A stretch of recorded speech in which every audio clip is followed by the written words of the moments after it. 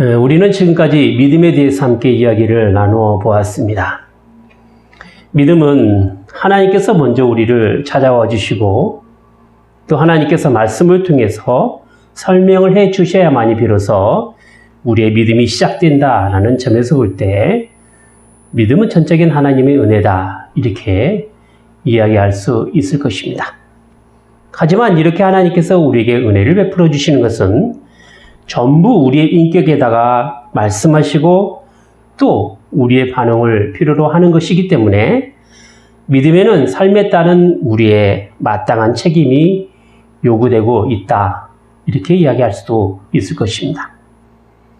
하나님의 은혜를 우리가 이야기하면서 우리 인격에 대한 반응이 전혀 일어나지 않게 된다면 어디에서도 쉽게 하나님의 은혜다 이렇게 말을 할 수가 없는 것이지요. 항상 하나님께서는 먼저 당신의 은혜를 우리에게 베풀어 주시고 그 은혜에 따른 삶을 우리에게 요구하고 있는 것입니다. 그것도 오래 참으심으로 우리의 인격적 반응을 기다리고 있는 것이죠. 이스라엘을 애굽에서 구원하신 것은 이스라엘이 하나님 앞에 잘났거나 혹은 하나님께 향한 열심에서 나온 것이 분명히 아닙니다. 하나님께서 이스라엘에게 맺은 약속과 또 이스라엘을 사랑하심으로 인한 것이었죠. 하나님께서는 먼저 그들을 은혜로 구원해내시고 이후에 따른 믿음의 삶을 십계명을 통해서 요구하고 계시는 것입니다. 그런 점에서 하나님의 계명은 우리를 얽어매기 위하여 주신 하나님의 명령이 아니라 믿음으로 나타날 우리의 인격적 반응이다 이렇게 이야기할 수 있을 것입니다. 물론 우리는 실패합니다. 넘어집니다. 그리고 때로는 반대로 가는 우리의 삶의 모습이 있을 것입니다. 그럼에도 불구하고 여전히 하나님께서는 우리에게 주신 그 구원을 후회하지 아니하시고 하나님 말씀을 통해서 하나님의 사람으로 살아갈 수 있도록 때로는 말씀으로 다독거려 주시고 때로는 이해시켜 주시는 것입니다. 그래서 우리가 읽은 성경은 디모데후서 3장 16절과 17절의 말씀과 같이 모든 성경은 하나님의 감동으로 된 것으로 교훈과 책망과 바르게 함과 의로 교육하기에 유익하니 이는 하나님의 사람으로 온전케 하며 모든 선한 일을 행하기에 온전케 하려 함이니라 라고 했던 것입니다. 구원에 대한 신앙의 반응은 언제나 우리의 믿음으로 나타나게 됩니다. 이것은 우리의 믿음이 구원을 얻기 위한 어떤 수단이나 또 방법이 아니라 오히려 하나님께서 베푸신 그 구원의 은혜에 대한 우리의 인격적 반응이 된다라는 것이죠. 모든 것이 전적인 하나님의 은혜이지만 그 은혜에 대한 우리의 반응을 보자면 하나님께 향한 삶의 책임이 또한 우리에게 주어지고 있다 이렇게 말할 수 있을 것입니다. 그러니까 믿음의 삶에는 언제나 자신이 지켜야 할 그 자리와 가르침에 따른 삶의 모습이 나타나야 한다라는 그 이야기가 되는 것이지요. 그런 점에서 오늘의 말씀은 그러면 어떻게 살아가야 할 것인가에 대한 믿음에 따른 삶의 기본 자세를 이야기하고 있는 것입니다. 오늘 본문 6절 말씀을 먼저 보도록 하겠습니다. 그러므로 너희가 그리스도 예수를 주로 받았으니 그 안에서 행하라 라고 말씀합니다.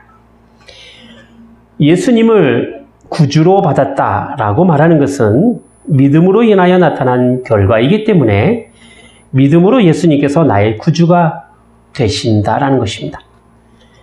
예수님을 믿는다라고 말하는 것은 단순히 교회 다니고 교인 흉내나 내는 것을 의미하지는 않습니다.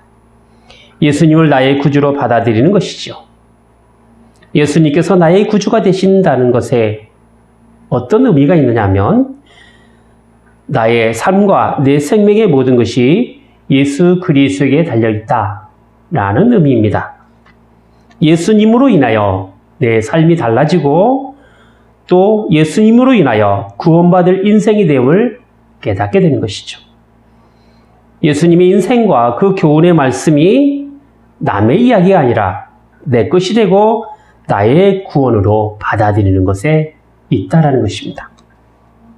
그런데 그것을 우리가 어떻게 하느냐 하면 예수 그리스도 안에 영원한 생명과 또 지혜와 지식의 모든 보화가 감춰져 있기 때문에 그렇습니다. 그래서 하나님의 비밀인 구원을 복음이신 예수 그리스도를 통해서 깨닫게 될 때 모든 부요함에 이르게 되고 하나님의 모든 충만하심에 이르게 되는 것입니다. 예수 그리스도를 나의 구주로 믿고 받아들이는 사람의 반응은 주님 안에서 행하는 삶을 또한 살아가게 됩니다.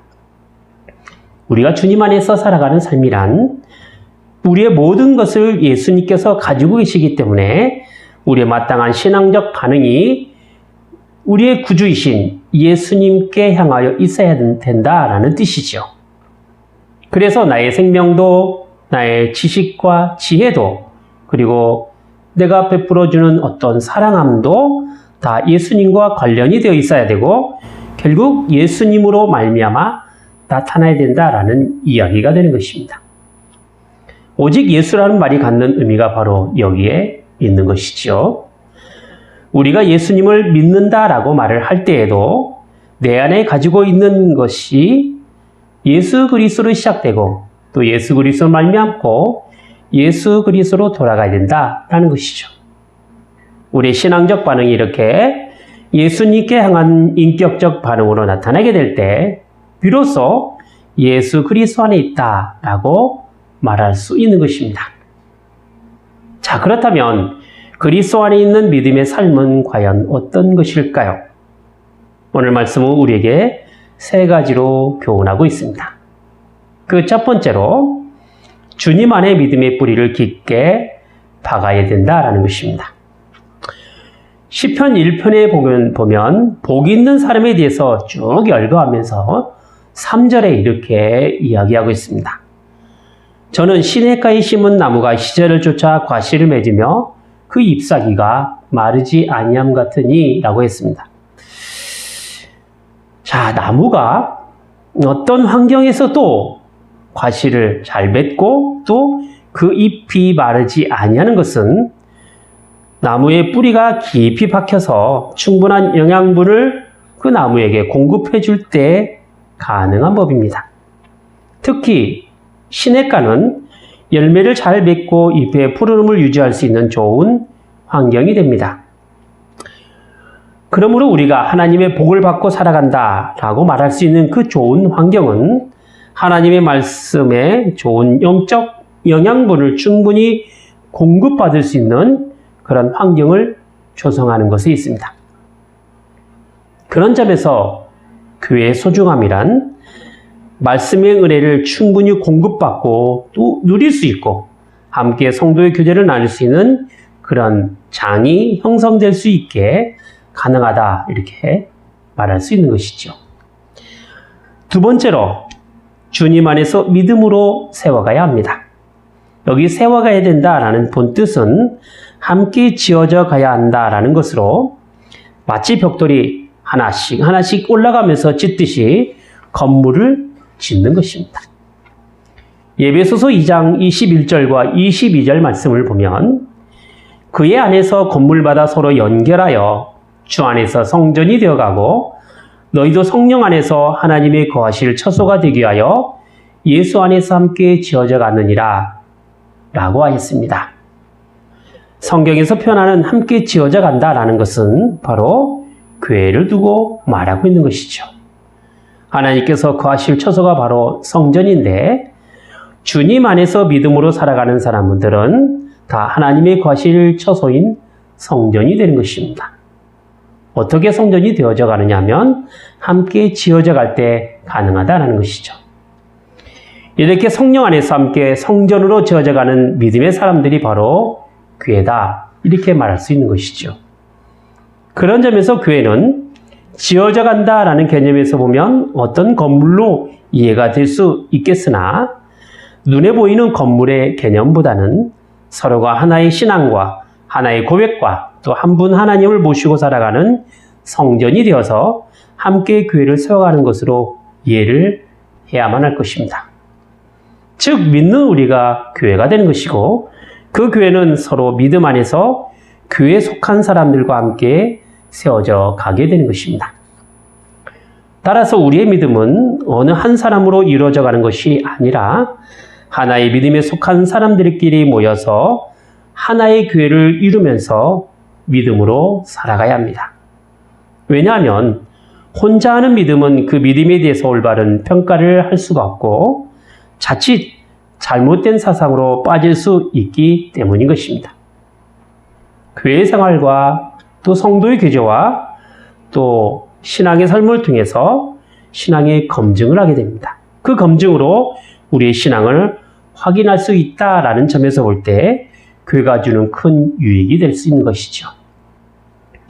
세 번째로 교훈을 받은 대로 믿음에 굳게 서야 한다라는 것입니다.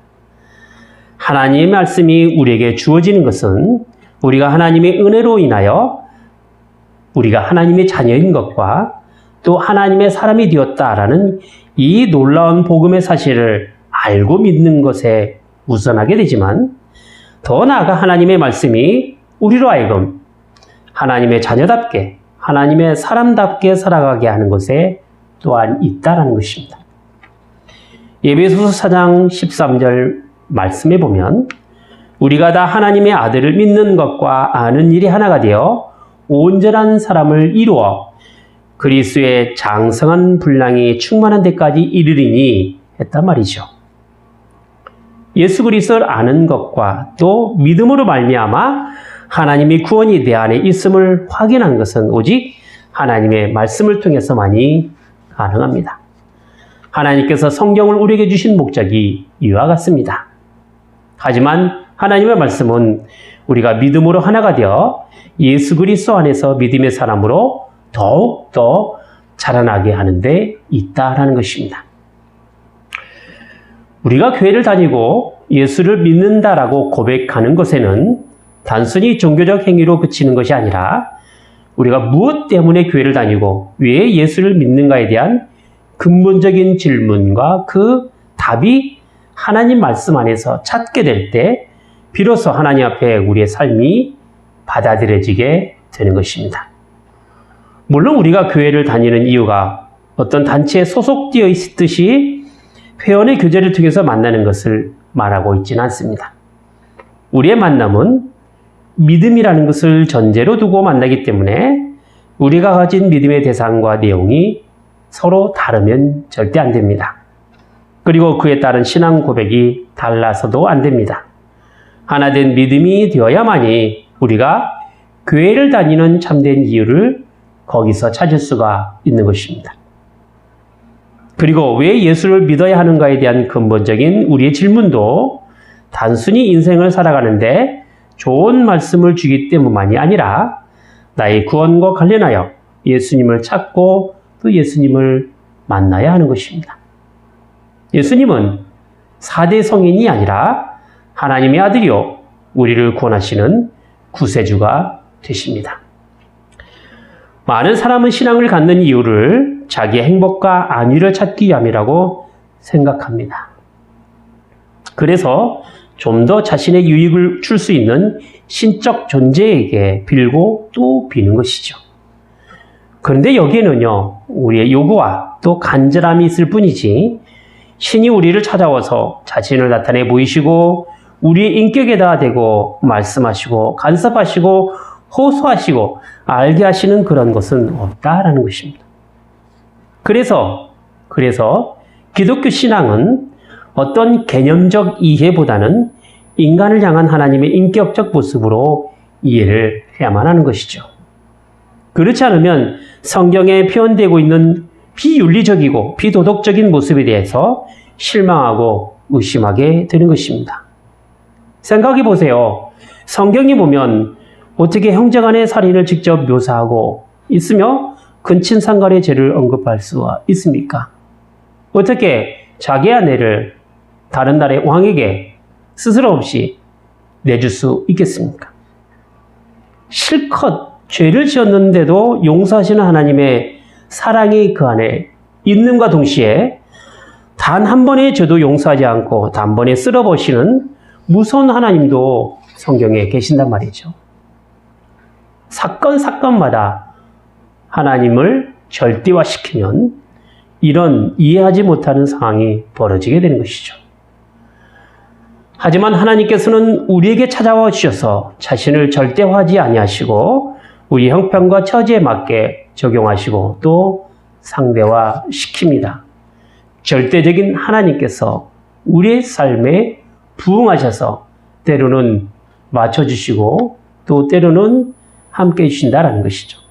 그래서 병든 사람에게는 병자에게 맞게 내려가시고 죄인에게는 죄인의 처지에 따라 적용하시는 것입니다. 누가복음 4장 18절과 19절 말씀을 보면 주의 성령이 내게 임하셨으니 이노는 가난한 자에게 복음을 전하게 하시려고 내게 기름을 부으시고 나를 보내사 포로된 자에게 자유를 눈먼 자에게 다시 보게 함을 전파하며 눌린 자를 자유케 하고 주의 은혜를 전파하게 하려 하심이라 라고 했습니다. 이렇게 말씀이 나오는 것은 하나님의 복음이 모든 믿는 사람들에게 차별이 없이 그들의 형편과 처지에 맞게 적용되고 회복되어 구원함에 이르게 된다라는 것을 이야기하고자 하며 있는 것이죠. 그런 점에서 하나님의 구원은 어떤 누구도 믿음으로 반응하는 사람을 택하시고 또 당신의 자녀로 삼으시는 그 하나님의 사랑과 그 구원의 대상에서 결코 제외되지 않는다라는 것입니다. 제 아무리 교회와 관련하여 신령한 일을 하고 하나님을 섬기는 일을 하고 무슨 대단한 일을 한다 할지라도 그것이 하나님과 인격적 관계가 성립되지 않는 일이라고 한다면 결코 하나님께서 인정하는 그런 자리에 있을 수 없게 되는 것입니다. 마태복음 7장 22절에 보면 주여 우리가 주의 이름으로 선지자 노릇하며 주의 이름으로 귀신을 쫓아내며 주의 이름으로 많은 권능을 행치 아니하였나이다 라는 고백을 볼 때 23절에 내가 너희를 도무지 알지 못한다라는 뜻밖의 판결이 나오게 됩니다. 이것은 소위 주님의 이름으로 하는 일들이 예수 그리스도 안에 있는 하나님의 요구하시는 그 신앙의 인격과 그 하나님 관계성에서 행하지 않게 된다면 하나님께서 인정하시지 않겠다라는 것을 또한 명시하고 있는 것이죠. 그래서 성경에서 믿음의 사람들에게 요구하는 것들은 무엇을 해야만 한다, 어떤 것을 해야 된다 라는 그 이야기보다 무엇이 되어야 한다 라는 쪽이 더 많다라는 것이죠. 믿음과 관련된 여러 가지 일을 할 때에도 무엇을 해야 한다라는 그 요청이 아니라 우리가 가져야 될 그 신학의 위치와 그 자리에 대한 요구가 더 많은 것입니다. 그래서 무엇이 되어야 된다라는 하나님의 요구에 하나님께서는 먼저 그 모델로서 예수 그리스도를 보여주고 계신 것입니다. 그분의 말씀과 그분의 삶에 대해서 복음의 비밀로 두시고 이제 질그릇 같은 우리를 향하여 참 보배이신 예수 그리스도를 품고 살아갈 것을 말씀하고 계시는 것이죠. 그렇게 우리의 목표와 삶의 다짐이 복음이신 예수 그리스도를 통해서 나타나게 되고 확인되고 또한 경험하게 되는 것입니다. 물론 우리는 간혹 아니면 자주 하나님께서 예수 그리스도를 통해서 주신 그 은혜 자리를 놓치거나 또한 잃어버릴 때가 많습니다. 어쩌면 아주 오랫동안 하나님을 자신의 기억 속에서 잊어버린 채 살아가는 모습도 있었습니다. 그런데 하나님께서는 그런 우리에게서조차 억지나 강요로 신앙을 요구하거나 또 강요하지 않습니다. 여러분이 기회를 주시고 설명하시고 또한 알려주십니다. 어떨 때는 삶의 이모저모로 간섭하시기도 합니다. 그리고 사람을 만나서 회유시키기도 하시고 또한 깨닫게 하십니다. 하지만 그래도 우리가 믿음의 반응을 나타내 보일 때까지 한참을 기다리시고 또 기다리십니다. 이미 얻은 구원을 절대 포기하지 아니하시는 하나님께서는 그렇게 많은 시간을 인내하심으로 기다리셨다가 믿음의 반응을 통하여 결국 구원의 하나님 되심을 깨닫게 하시는 것이죠. 그래서 로마서 8장 38절과 39절에는 이렇게 말씀하고 계십니다. 내가 확신하노니 사망이나 생명이나 천사들이나 권세자들이나 현재일이나 장래일이나 능력이나 높음이나 깊음이나 다른 아무 피조물이라도 우리를 우리 주 그리스도 예수 안에 있는 하나님의 사랑에서 끊을 수 없느니라. 하나님 외에는 절대 가치, 즉 절대적인 가치란 이 세상에 없습니다. 오직 하나님만이 절대적인 가치가 되죠. 그래서 우리를 이 세상에서 절대자이신 하나님의 사랑에서 끊을 수가 없는 것입니다. 그것이 심지어 우리를 핍박하는 세상 권세나 또한 사단의 유혹마저도 절대 하나님의 사랑을 끊을 수 없는 것입니다. 이것은 믿음으로 살아가는 사람들에게 있어서 아주 큰 위로가 아닐 수가 없는 것이죠. 그래서 하나님을 믿는 신앙이 진리가 되는 것이고 그 진리가 우리의 삶을 인도하는 것입니다. 우리는 예수 안에서 하나님의 은혜와 긍휼과 자비와 구원을 얻습니다. 그리고 우리가 믿는 예수님은 단지 십자가 위에서만 계시는 분이 아니고 괴머리가 되시고 또 하늘 우편에 앉아 계셔서 우리의 기도를 중보하시는 분이시며 결국 마지막 때 심판주로 오실 분이 되시기도 합니다. 그래서 예수님께서는 교회의 머리로 그의 지체된 성도들에게 베푸시고 나누시고 가르치시며 또 인도하여 믿음으로 반응하여 하나님의 사람으로 살아가며 하나님 나라 안에 도달케 하려는 데 있는 것입니다. 그런 점에서 교회는 하나님의 말씀을 잘 가르치고 또 베풀고 나누는 일을 통해서 하나님 나라를 이뤄가는 소중한 기관이 되어야만 합니다. 그리고 간혹 세상의 헛된 속임수나 또 잘못된 사상에 들어오지 못하도록 경계하여서 순전한 복음이 전파될 수 있도록 하십니다. 그래서 오늘 말씀에도 잘못된 철학이나 헛된 속임수나 사람의 유전이나 세상의 초등 학문을 쫓는 것은 그리스도를 믿는 것이 아니라고 말씀하고 있는 것이죠. 우리가 신앙을 접하면서 자꾸 어떤 능력을 구하고 또 기능적인 것을 우리가 찾게 되는데 참된 신앙은 그것을 우선하지 않습니다.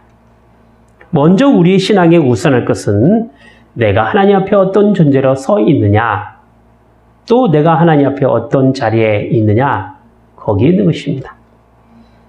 우리가 신자 되었다라고 말하는 그 증거는 우리 현실 속에서 부딪히는 일에 대하여 자신이 처해 있는 자리로 나타나는 것이지 무슨 대단한 능력이나 혹은 남들보다 더 훌륭한 일로 평가받고 칭찬받는 것으로가 아니라는 것이죠. 이것은 세상의 기준으로 볼 때 그렇게 할지는 몰라도 하나님의 기준으로 볼 때는 설령 대단하지 않더라도 또 남에게 칭찬을 받을 만한 일이 아닐지라도 그 사람이 가진 믿음의 자리와 또 하나님께 향한 그 인격적 반응을 보는 것입니다. 그것은 우리의 그 반응으로 우리가 전도도 하게 되는 것이고 용서도 하게 되는 것이고 희생도 하게 되는 것이고 봉사도 하게 되는 것이죠. 하나님 앞에 사람의 됨됨이란 그 사람이 인격을 보고 말하는 것이지 일의 결과를 두고 말하는 것이 아니란 말입니다. 그러니까 좀 일의 결과가 부족해도 괜찮습니다. 일의 결과가 조금 인정받지 않아도 괜찮습니다. 그리고 조금 보여도 괜찮아요. 하나님 앞에 우리의 인격적 반응이 못되지만 않으면 됩니다. 그러면 하나님께서 기꺼이 우리에게 한 그 사랑으로 선한 영향력을 끼치게 하시고 또 결국 선한 열매로 열매 맺게 하십니다. 이것이 우리가 가져야 될 믿음의 삶이라 이렇게 말할 수 있는 것이죠. 기도하겠습니다. 거룩하신 하나님 아버지, 하나님의 은혜를 감사드립니다. 예수 그리스도를 저희를 위하여 십자가에 못 박히게 하셨으며 또 저희를 위하여 그의 머리로도 허락하셔서 저희가 하나님의 자녀라고 주신 그 이름에 부끄럽지 않는 사람이 되도록 인도하여 주시고 또 붙들어 주시오니 감사를 드리옵나이다. 하나님께서 저에게 주신 그 구원이 결탄코 세상의 그 어떤 것으로도 끊어질 수 없다라는 것을 저희가 잘 알기에 저희가 가진 그 삶의 자리에서 참 복음이신 주님의 말씀에 따라 영광스럽게 구원받은 그 구원의 신분을 놓치지 않게 하시고 또 하나님께 향한 그 인격적 반응을 통하여 저에게 허락하신 그 영광의 자리로 나갈 수 있는 믿음의 사람들이 다 되게 하여 주시옵소서. 그러한 저희의 다짐과 저희의 고백에 하나님께서 사랑과 그 은혜로 자꾸 확인시켜 주셔서 믿음에서 떨어짐이 없이 마지막 때까지 신앙을 굳게 붙들고 살아갈 수 있게 하여 주시옵소서. 주 예수 그리스도 이름으로 기도하옵나이다. 아멘.